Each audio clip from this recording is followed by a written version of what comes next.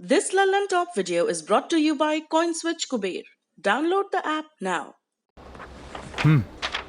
भाई साहब, बिटकॉइन में ट्रेड करना आखिर फ्लेक्सिबल कितना है? आपके पैसे हैं, जब चाहो आपके पास, जब आप चाहो बिटकॉइन में 24/7। कॉइनस्विच कुबेर डाउनलोड करो और बिटकॉइन में ट्रेड करो। Simple, credible, flexible. ट्रेड कर बेफिक्र। अगर आप एक बार हार मान लेते हैं तो यह आदत बन जाती है। कभी हार मत मानिए। बास्केटबॉल लेजेंड माइकल जॉर्डन की कही ये बात कुछ ही लोग अपने जीवन में उतार पाए हैं, और टेनिस दिग्गज नोवाक जोकोविच इन लोगों की किसी भी लिस्ट में वॉक इन करने वाले दिग्गजों में हर बार शामिल रहेंगे।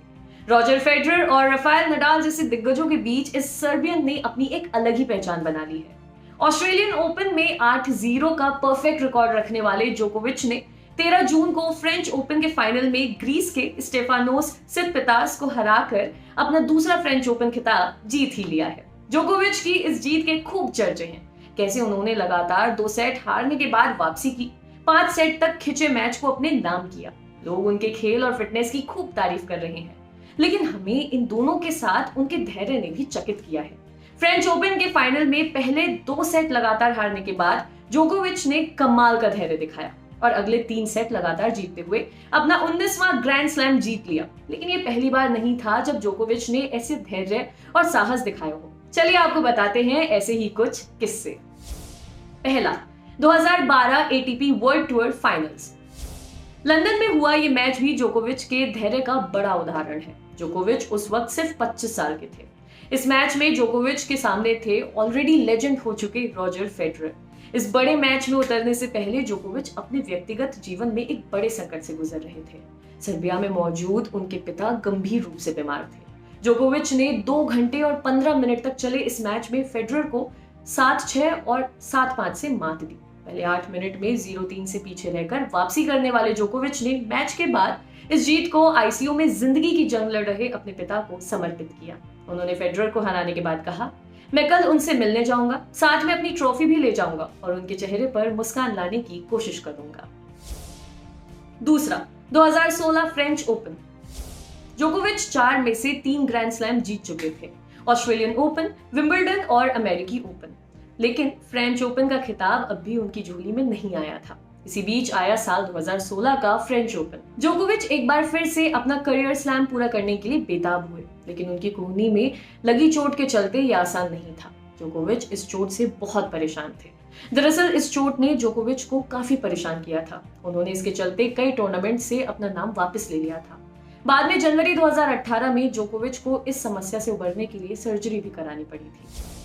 तीसरा, 2018 विंबलडन सेमीफाइनल। साल 2018 के इस सेमीफाइनल को विंबलडन के इतिहास के महानतम मैचों में से एक माना जाता है।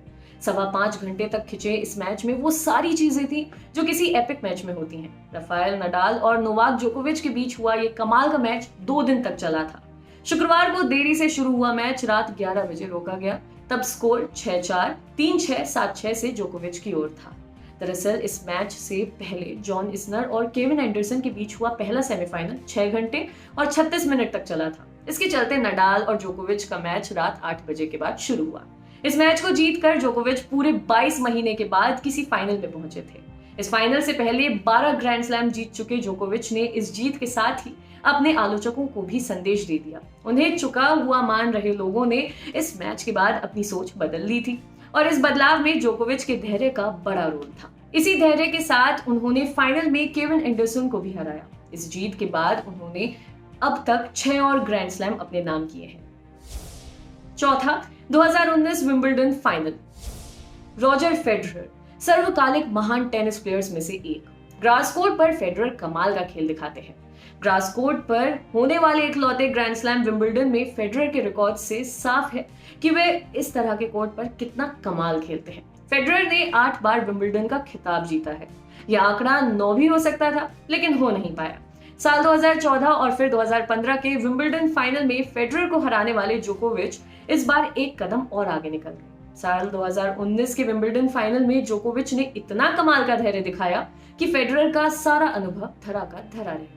लगभग 5 घंटे तक चले इस फाइनल को जोकोविच ने अपने नाम किया।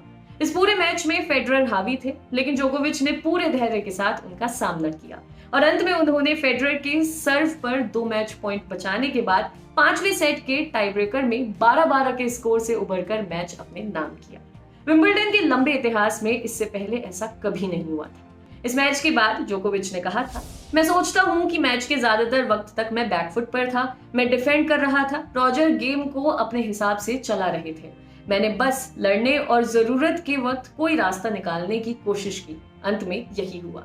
जोकोविच के मैचों को देखें या पढ़ें, इनमें हमें एक चीज तो समझ आती है, विजय के लिए धैर्य बेहद जरूरी है। धैर्य के साथ आप बड़ी से बड़ी चुनौती से भी पार पा सकते हैं। आपके लिए किस्से लिखे थे हमारे साथी सूरज ने। शुक्रिया।